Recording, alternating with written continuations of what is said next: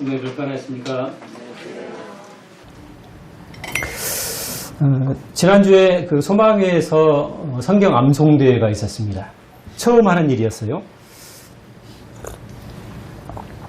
처음 시도하는 일이었습니다.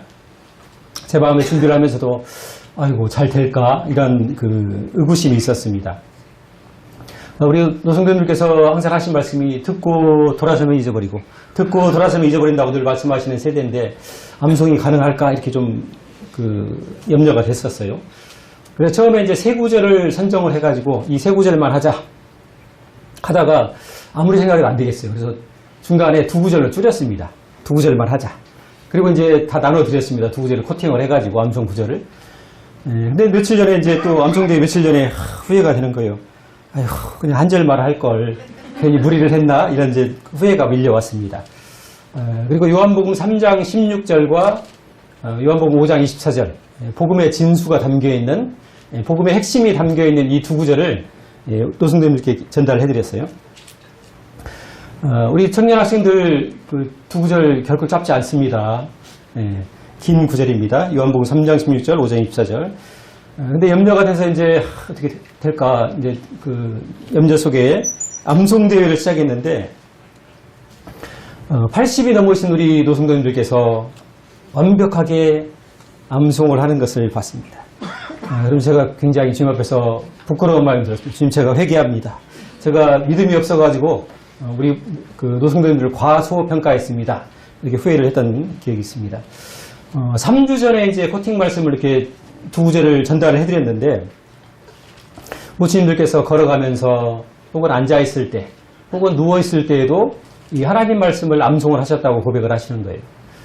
이 연로하신 분들께서 하나님 말씀을 암송을 하시는 것을 보면서 제 마음이 얼마나 기쁘고 감동이 되었는지 알 수가 없습니다. 우리 소망의 성도들이 그 교사님들 다 포함하면 한 40분가량 계시거든요. 근데 그 중에 20여 분이 암송을 그날 하셨습니다. 굉장히 놀라운 일입니다.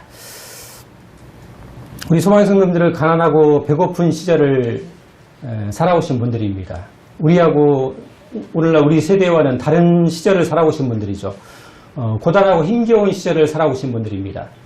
그래서 오늘날 우리 세대가 우리는 하루하루를 살아간다 이렇게 표현하자면은 우리 소망의 성도님들은 고단한 하루하루를 살아내신 분들이라고 이렇게 표현할 수 있을 것 같습니다.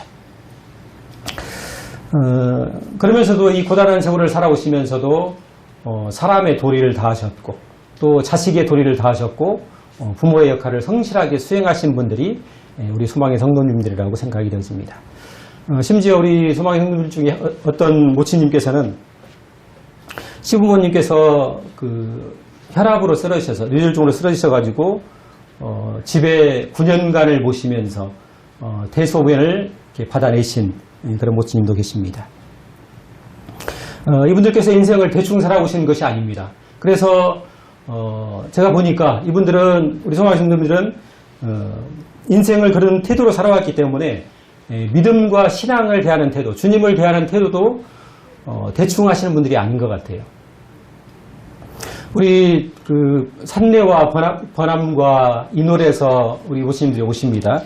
근데 차편이 여의치가 않으면은 우리 모친님들이 어떻게 하시냐면은 거의 버스를 2시간 가까이 타시고 교회에 오십니다. 오늘도 이제 버스를 타고 오셨는데요. 아침에 7시 30분에 버스를 타셔가지고 7시 30분 타시려면 아침에 일찍 일어나서 씻고 준비하고 버스 타는 곳까지 걸어오시겠죠.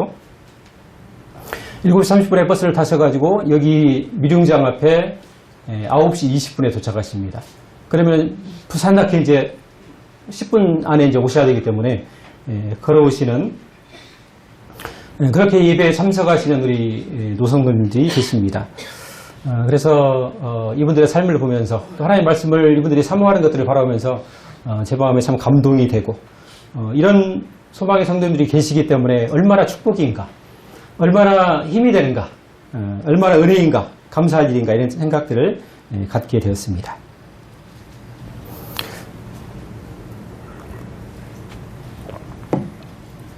제가 이런 얘기를 가끔 우리 소망의 성도님들께 드리죠. 소망의 성도님들 풀도 바르고 꽃도 다 떨어집니다. 하지만 하나님의 말씀만 세세토록 있을 것입니다. 영원토록 있을 것입니다. 이런 얘기를 합니다. 그리고 주님이 우리를 부르시는 그날에, 주님이 우리를 만나시는 그날에 돈도 필요 없고 땅도 필요 없고 심지어는 자식도 도움이 되지 않습니다. 오직 영원하신 하나님 말씀, 변함없는 하나님의 약속만이 우리가 붙들고 간직해야 될 우리의 소망입니다. 이런 얘기를 드리는데 우리 부처님께서 그것에 호응하셔가지고 암송을 잘 해주셨습니다. 대단히 감사합니다. 자, 우리 하나님 말씀 요한복음 1장에 있는 말씀을 같이 보도록 하겠습니다. 하나님 말씀 요한복음 1장입니다.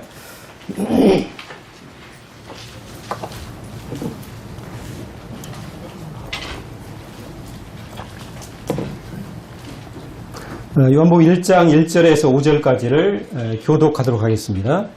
요한복음 1장 1절에서 5절까지입니다. 제가 먼저 읽겠습니다. 태초에 말씀이 계시니라. 이 말씀이 하나님과 함께 계셨으니 이 말씀은 곧 하나님이시니라.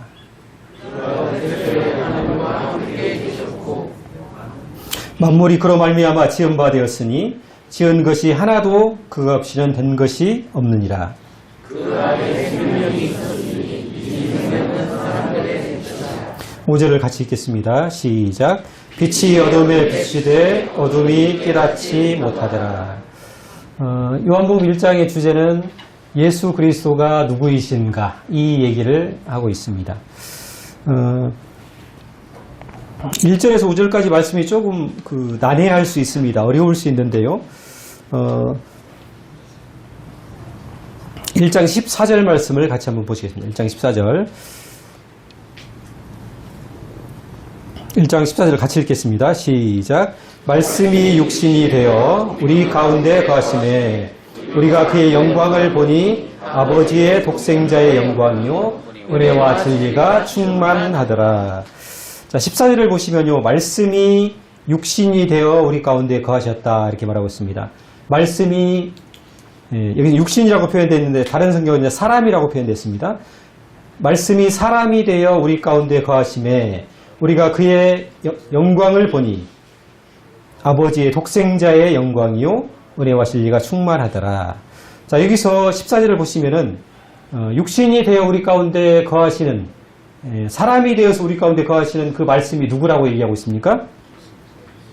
아버지의 독생자의 영광이다 이렇게 말하는 것을 봤을 때 여기서 말씀하고 있는 이 말씀은 예수 그리스도 우리 주님을 의미하고 있습니다.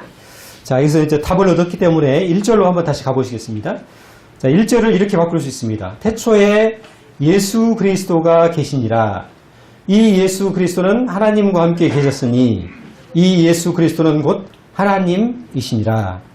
예수 그리스도가 태초에 하나님과 함께 계셨고 만물이 예수 그리스도로 말미암아 지은 바 되었으니 지은 것이 하나도 예수 그리스도가 없이는 된 것이 없느니라.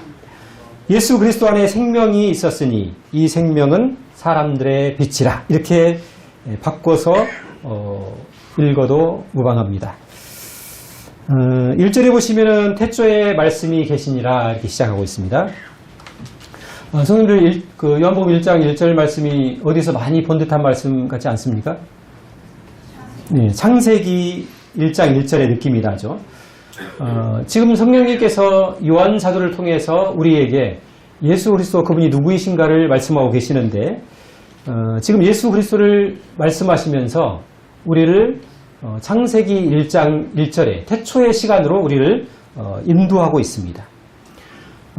예수 그리스도 우리 주님이 단지 2000년 전에 이 땅에 오신 분이 아니라 좀 더 근원적인 자리에서 좀 더 근본적인 자리에 계셨던 창조의 하나님이시라는 것을 우리에게 요한복음 1장이 말해주고 있는 것입니다.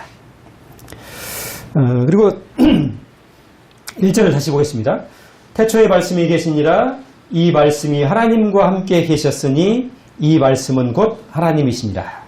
그가 태초에 하나님과 함께 계셨고 이 말씀은 이제 예수님께서 하나님과 태초부터 함께 계셨다 이 얘기를 하고 있습니다. 함께 계셨다는 표현은 연합된 관계를 얘기하고 있고요. 본질상 하나인 것을 우리에게 말해주고 있습니다. 다시 말해서 하나님의 말씀인 예수 그리스도께서 연합된 관계이고 본질적으로 하나이신 분인 것을 말씀하고 있습니다. 바닷가에 가면 이제 파도가 쭉 밀려오다가 그 바닷가 바위에 이제 부딪혀서 탁 터지면서 이제 그 파편이 이제 파도가 흩어지죠. 하지만 그 흩어진 파도도 바다의 일부분입니다. 바다와 파도가 분리될 수 없는 것처럼 하나님과 하나님 말씀이 분리될 수 없는 것이고 하나님과 예수 그리스도께서 분리될 수 없다. 이 얘기를 지금 1절과 2절이 하고 있는 것입니다. 3절로 넘어가 보겠습니다. 3절. 만물이 그로 말미암아 지은 바 되었으니 지은 것이 하나도 그가 없이는 된 것이 없느니라. 자, 하나님께서 만물을 하나님의 말씀으로 말미암아 창조하셨다고 얘기하고 있습니다. 여기서 말씀이라는 단어가 나오고 있는데요. 이 그 말씀을 히브리어로 다바르라고 표현을 합니다. 다바르.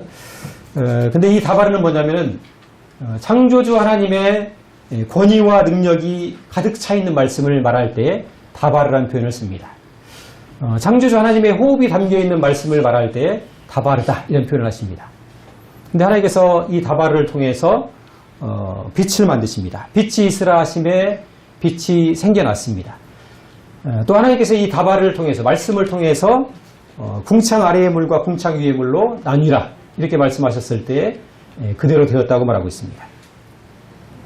또 하나님께서 이 다바르를 통해서 땅은 풀을 내라 이렇게 명령하셨을 때 성경은 그 말씀대로 그 말씀의 권위 그대로 되었다고 말씀하고 있습니다.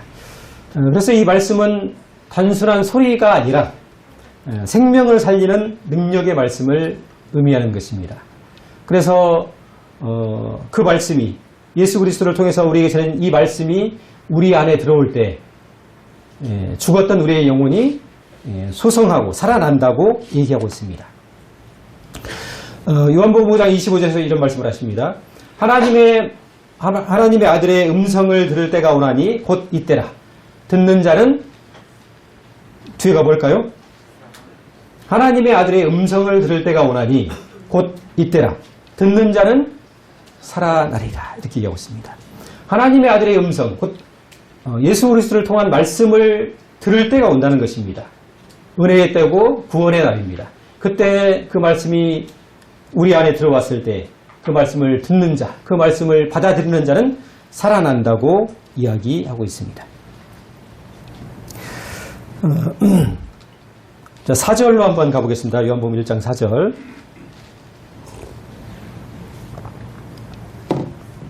어, 4절로 9절을 제가 읽어드리겠습니다. 자, 말씀을 주의 깊게 한번 살펴보시면 좋겠습니다.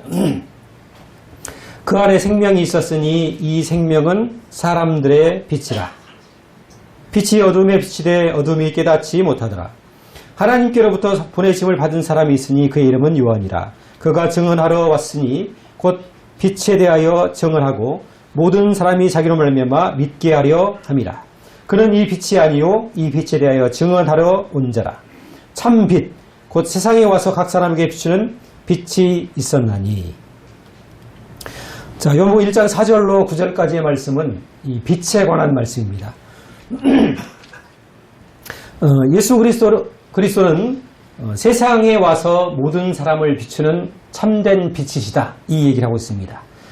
그리고 이 참된 빛이신 예수 그리스도를 영접하는 사람은, 믿는 사람은 영원한 생명을 얻는다. 이 얘기를 하고 있습니다. 특별히 이제 5절에 보시면요. 빛이 어두움에 비치되 어둠이 깨닫지 못하더라. 이렇게 얘기하고 있습니다.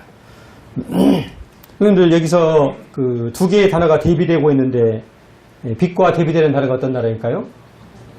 어둠입니다. 어둠. 어둠을 선생님들 혹시 뭐라고 생각하십니까? 어둠을 정의하라고 하면 뭐라고 설명하시겠습니까? 물리학에서는 어둠을 정의할 때 이렇게 표현합니다. 과학적으로 어둠은 어떤 물질도 아니고 어떤 공간도 아니고 어떤 형태도 아닙니다. 물리학은 어둠을 정의할 때 이렇게 표현합니다. 빛의 부재. 빛이 없는 상태를 어둠이라고 정의를 합니다.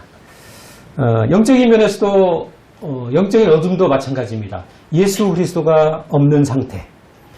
우리가 흔히 이제 어둠을 가리켜서 죄라고 표현을 하기도 하죠. 어둠과 죄는 동일한 그 상황입니다. 죄가 무엇이냐면은 예수 그리스도가 없는 상태, 예수 그리스도와 단절된 상태를 가리켜서 죄라고 말을 합니다.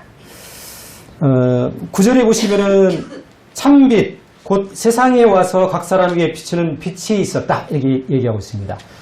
그래서 예수님이 참된 빛이시다 이렇게 선언을 하고 있습니다. 특별히 요한복음은 예수님이 빛이시다 이런 표현들을 자주 하십니다. 요한복음 8장에서도 이런 말씀을 하시는데요.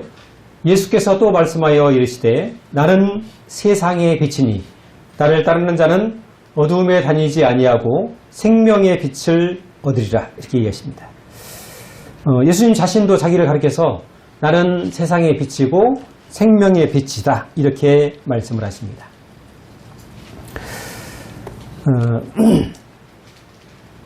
성도님들 성경에는 설명이 있고 다른 한편은 선언이 있습니다. 선언. 하나님께서 설명과 선언이라는 이 두 가지 방법을 통해서 우리를 진리 안으로 인도해 가십니다. 설명은 뭐냐면은 듣는 사람에게 바른 지식을 주기 위해서 어떤 구체적인 사실을 풀어주는 것을 설명이라고 우리가 표현을 합니다. 근데 선언은 뭐냐면은 하나님의 권위로 어떤 사실을 공식적으로 발표하는 것을 선언이라고 말을 합니다. 자, 그럼 예를 한번 들어보겠습니다. 설명과 선언이 있는데요. 창세기 1장 1절에서 하나님께서 태초에 하나님이 천지를 창조하시니라 이렇게 말씀을 하십니다. 이 말씀을 설명일까요? 아니면 선언일까요? 예, 선언입니다.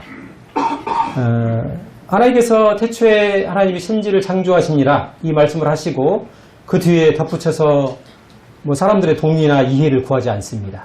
하나님의 신적 권위로 선언을 하시는 것입니다. 히브리서 9장 27절도 마찬가지입니다. 한 번 죽는 것은 사람에게 정해진 것이요 그 후에는 심판이 있다. 하나님의 선언이죠. 심판에 관한 하나님의 선언입니다. 또 요한복음 5장 24절도 마찬가지입니다. 믿는 자는 영생을 얻었고 믿는 자는 영생을 얻었고 심판에 이르지 아니하나니 사방에서 생명으로 옮겼느니라. 이것도 마찬가지로 구원에 관한 선언입니다. 믿는 자는 영생을 얻었다. 이렇게 선언하고 계십니다. 선언은 창조주 하나님께서 신적 권위와 위엄을 가지고 어떤 사실을 확정하는 것을 가리켜서 우리가 선언이라고 말을 합니다. 그래서 우리가 성경에 나오는 이 설명들은 우리가 지식과 이해로 이렇게 반응하면 되는 것이고 하나님께서 선언하신 것들에 대해서는 우리가 믿음과 순종으로 반응하면 되는 것입니다. 요한복음은 한결같이 이렇게 말합니다. 예수님은 참된 빛이시다. 그리고 그 빛 대신 예수님을 믿고 따르는 사람은 영원한 생명을 얻는다라고 하나님께서 선언하고 계십니다. 다시 한번 5절 말씀을 다시 한번 보겠습니다. 빛이 어두움에 빛이 돼 어둠이 깨닫지 못하더라 이렇게 얘기했습니다. 빛이 어둠의 빛이었지만은 어둠이 깨닫지 못했다고 얘기하고 있습니다. 성도님들 여기서 말하고 있는 어둠은 무엇을 가리키는 것일까요? 이 세상을 가리킵니다. 그리고 구체적으로는 이 세상에 살고 있는 우리와 나를 가리킵니다. 우리의 영적인 상태가 어둠이라고 성경은 말하고 있습니다. 에베소 5장 8절에서도 동일한 말씀을 하십니다.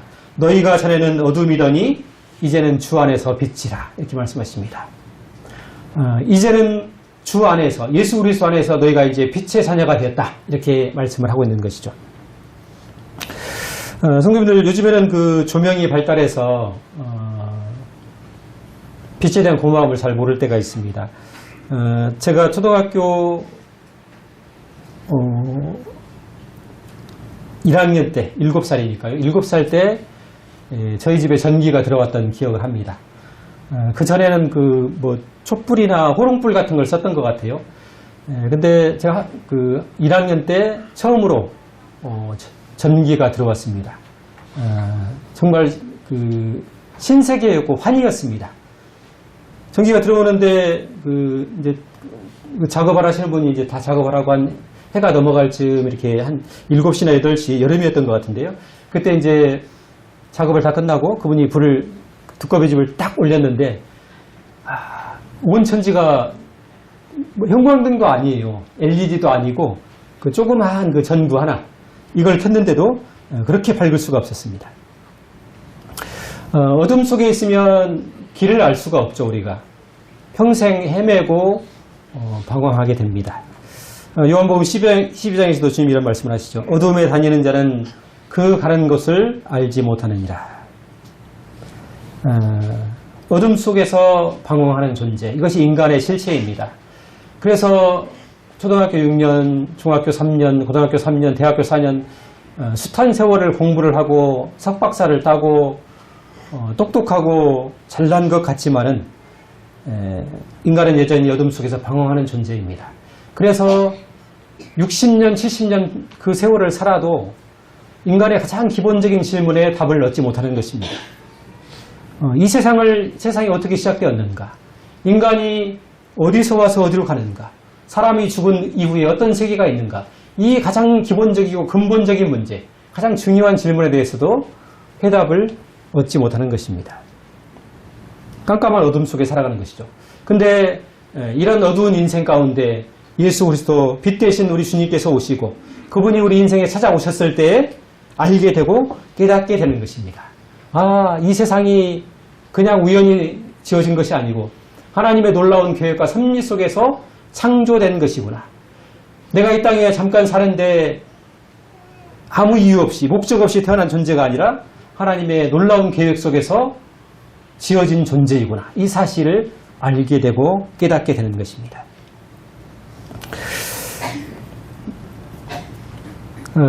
우리 교회에 이제 소방관 형제님들이 많이 계십니다.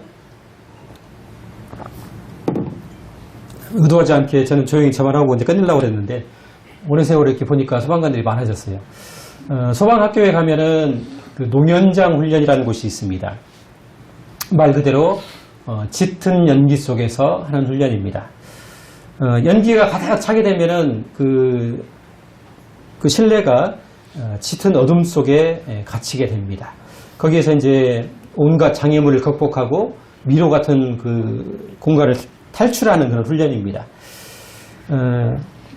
근데 거기서 눈을 떠도 눈이 어둠 속에는 무용지물입니다. 아무것도 보이지 않습니다.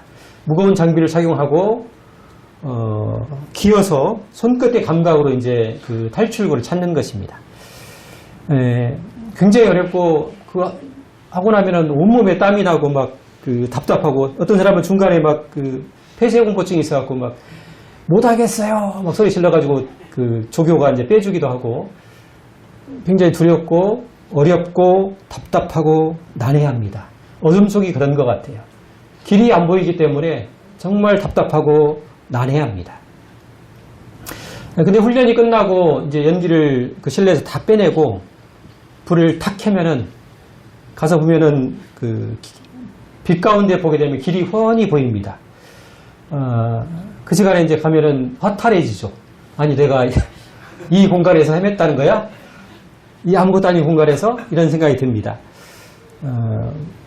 어둠 속에 빛이 비추이게 되면 다 보입니다. 다 알게 됩니다. 굳이 설명하지 않아도 됩니다. 우리 인생이 답답하고 어렵고 난해하고 복잡한 이유는 뭐냐면은 우리 인생에 예수 그리스도가 없기 때문에 그렇습니다. 하나님께서 고린도후서 4장 말씀을 통해서 이렇게 말씀하십니다. 어두운 데에 빛이 비치라 하시던 그 하나님께서 어두운 데에 빛이 비추리라 하시던 그 하나님께서 예수 그리스도의 얼굴에 있는 하나님의 영광을 아는 빛을 우리 마음에 비추셨느니라. 하나님의 영광을 아는 빛을 우리 마음에 비추셨다. 누구를 통해서요? 예수 그리스도를 통해서. 이렇게 말씀하고 있습니다. 얼마나 감사합니다. 감사합니까? 우리가 어둠이고 캄캄한 흑암인데 이 어둠 가운데 예수 그리스도, 참된 빛이신 예수 그리스도를 통해서 우리 안에 하나님의 영광을 아는 빛을 비추셨다고 하는 것입니다. 이것이 은혜죠. 우리가 감사할 일입니다. 아니면 우리가 그 깊은 흑암 속에서 아무것도 모르고 소경으로 살다가, 시각장애인으로 살다가 하나님도 모르고 내가 누군지도 모르고 죽어서 어디로 가는지도 모르고 그 캄캄함 속에서 사라질 존재인데 하나님께서 긍휼과 은혜를 베푸셔서 우리 가운데 예수 그리스도 참된 빛을 비추셔서 우리가 하나님을 알게 되고 내가 누구인지를 알게 되고 이 세상이 어떻게 창조되고 모든 세계가 어떻게 운행하는지 그 섭리를 이해하게 되는 것입니다. 일전에 우리 김주광 선생님께서 지유에게 꽃밭에 앉아서 지유야, 이 꽃이 하나님께서 만드신 거야 이렇게 말할 수 있는 것. 정말 우리 가수 정훈이 씨의 노래 꽃밭에서라는 노래 혹시 아십니까? 좀 오래된 그 가수이긴 하신데요. 그 가사에 보면은 이런 가사가 있죠. 꽃밭에 앉아서 꽃잎을 보내. 고운 빛은 어디에서 났을까? 이런 질문이 나오죠. 질문으로 그 노래가 시작을 합니다. 꽃밭에 앉아서 그 고운 빛을 바라봅니다. 그 아름다운 모양과 질서 있는 모양과 그 향긋한 향기를 맡는데 이 빛깔과 이 향기와 이 모양은 어디에서 났을까? 이런 질문이 있는 거예요. 하지만 우리가 이 숨겨졌던 깜깜한 흑암에서 몰랐던 이 사실들을 예수 그리스도 그분이 우리 인생에 오심으로써 우리가 알게 되고 깨닫게 된 것입니다. 10절 말씀을 보겠습니다. 요한복음 1장 10절.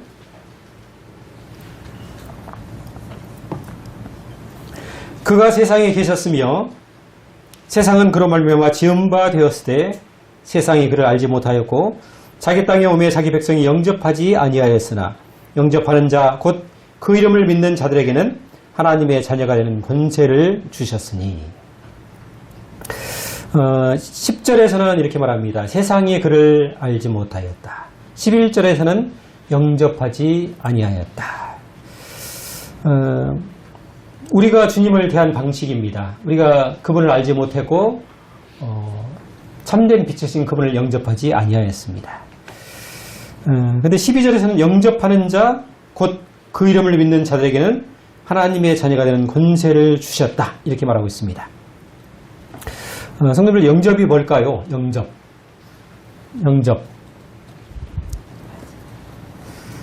영접은 이제 제가 이제 설명할 때 가끔 복음 전할 때 이렇게 표현합니다. 서울에 딸이 살고 있는데 어머니가 시골에서 그 딸 먹이려고 바리바리 막 김치도 담고 막 이것저것 싸가지고 이제 왔어요. 그래서 와서 서울에 있는 딸네 집 문을 두드려요. 누구야? 두드렸는데 들어보니까 엄마 목소리야. 그럼 어떻게 하겠어요? 딸이? 엄마 왔어! 하고 문을 활짝 열죠. 그것이 영접입니다. 다른 것이 아니에요. 어려운 것이 아니에요. 어서 오세요! 하고 맞아들이는 것이 영접입니다. 영접한다. 여기서 자기 땅에 오신 예수 그리스도를 영접치 아니하였다. 이렇게 표현하고 있는데요. 영접한다는 것은 다른 것이 아닙니다. 믿음을 통해서 내 인생 가운데 찾아오신 예수 그리스도, 그분을 내 마음에 모셔드리는 것입니다. 하나님께서 보내신 예수 그리스도와 그분의 말씀을 믿음으로 받아들이는 것. 어서 오세요. 잘 오셨습니다. 이렇게 영접하는 것이 영접이라고 말하는 것입니다. 죄가 무엇이냐? 죄는 다른 것이 아닙니다. 죄는 이 빛 대신 예수 그리스도를 거절하고 단절된 상태로 머무르는 것, 그것이 죄입니다. 그리고 영접은 이 죄를 극복하고 내 안에 참 빛으로 오신 그분을 믿음으로 받아들이는 것을 영접이라고 표현을 합니다.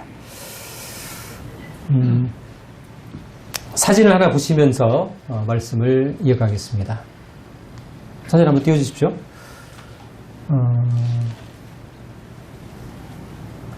제가 지난번에도 이제 그림을 한번 보여드렸는데요. 제가 그림에 대해서 뭐 일각이 있어서 그런 건 아니고, 그림 하나가 어쩌면 하나의 말씀을 잘 표현하고 있다 이런 생각이 들어서 오늘도 그림을 한 편 들고 왔습니다.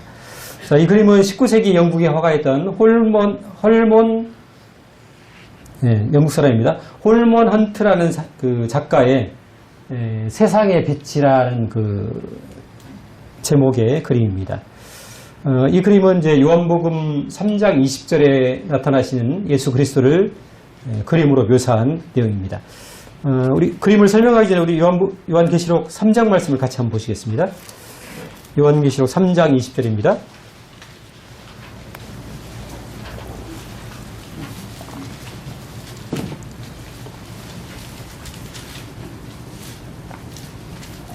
요한계시록 3장 20절 같이 한번 읽겠습니다. 계시록 3장 20절입니다. 시작. 볼지어다 내가 문 밖에 서서 두드리노니 누구든지 내 음성을 듣고 문을 열면 내가 그에게로 들어가 그와 더불어 먹고 그는 나와 더불어 먹으리라. 요한계시록 3장 20절 말씀이 이 그림의 틀에 이렇게 새겨져 있다고 합니다. 근데 이 말씀을 보게 되면은 볼지어다 내가 문 밖에 서서 두드린다 이렇게 표현하고 있습니다. 성도들 혹시 누군가의 집 앞에서 문을 이렇게 두드려 보신 경험이 있으십니까? 초인종을 울린다든지요. 몇 분이나 거기서 두드리고 계실 것 같습니까 혹시? 안에서 응답도 없고 답을 안 해요. 그럼 어떻게 하시겠습니까? 열어줄 때까지 대단하신데요? 저는 한 3번 하다가 안 되면 에이 없는 것 없다고 갈 것 같아요. 근데 여기서 주님께서 문 밖에 서서 누워 계신 거 아닙니다. 앉아 계신 거 아니에요. 서서 그분을 두드리고 계시다 이렇게 표현하고 있습니다. 천지의 주인이신 주님께서 무엇이 아쉬워가지고 문 밖에 서서 문을 두드리고 계시는지 모르겠습니다. 그리고 이렇게 말합니다. 두드리노니 내 음성을 듣고 문을 열면 주님이 문만 두드리신 것이 아니고 음성을 바란다는 거예요. 누구야? 문 좀 열어봐. 나야. 내가 하나님이고 내가 하나님 보낸 아들 예수님이야. 이렇게 말하고 있다는 것입니다. 내 음성을 듣고 문을 열면 내가 그에게로 들어가 그와 더불어 먹고 그는 나와 더불어 먹으리라. 문을 열면 예수 그리스도와 함께 더불어 먹는 존재, 다시 말해서 함께 식사하는 존재가 된다고 얘기하고 있습니다. 유대 사회에서 어떤 사람이 다른 사람과 함께 식사를 한다는 의미는 각별한 의미를 가지고 있습니다. 함께 식사한다는 의미는 생명과 사랑을 나누는 관계, 깊은 교제를 나누는 관계를 말할 때 함께 식사하는 관계라고 이렇게 표현한다고 합니다. 예수님과 우리가 생명과 사랑을 나누는 존재가 될 수 있다 이렇게 말하고 있습니다. 인격적인 깊은 교제를 나누는 존재가 된다고 얘기를 하고 있습니다. 자, 그림을 이제 한번 보시겠습니다. 그림이 좀 멀리서 잘 안 보이십니다만은 달빛이 은은한 밤에 만왕의 왕이신 주님께서 지금 왕관을 쓰셨어요. 만왕의 왕이신 주님께서 누군가의 집 앞에 서서 문을 두드리고 계십니다. 주님의 손에 뭐가 들려 있죠? 등불이 들려 있습니다. 이 등불은 세상에 참된 빛으로 오신 우리 주님을 상징하는 그림입니다. 그림에는 자세히 안 보입니다만은 그 그림을 자세히 보게 되면은 주님의 양손에 못자국이 나 있습니다. 그래서 이분이 십자가에서 죽으시고 부활하신 예수 그리스도이심을 암시해주고 있습니다. 그런데 이 주님이 두드리고 있는, 주님이 그 앞에 서 있는 그 문을 가만히 살펴보면은 문에 손잡이가 없습니다. 안에서 열어야만 열리는 문인 것을 알 수가 있습니다. 그리고 또 자세히 보게 되면은 그 문 빗장에는 녹이 슬었고 문 앞에는 무성하게 자란 수풀이 문을 이렇게 뒤덮고 있는 것을 볼 수가 있습니다.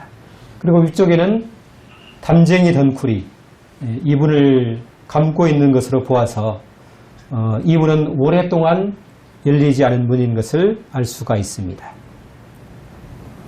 그런데 주님께서 이 문 앞에 서서 그분을 두드리고 계십니다. 주님께서 얼마나 오랫동안 그분을 두드리고 계셨는지 모르겠습니다. 근데 달빛에 보여지는 주님의 얼굴이 왠지 슬퍼 보이고 그런 슬퍼 보이는 주님의 모습을 달빛이 어둠을 밝히는 그 둥근 달만이 주님의 오랜 기다림을 비춰주고 있는 그런 그림입니다.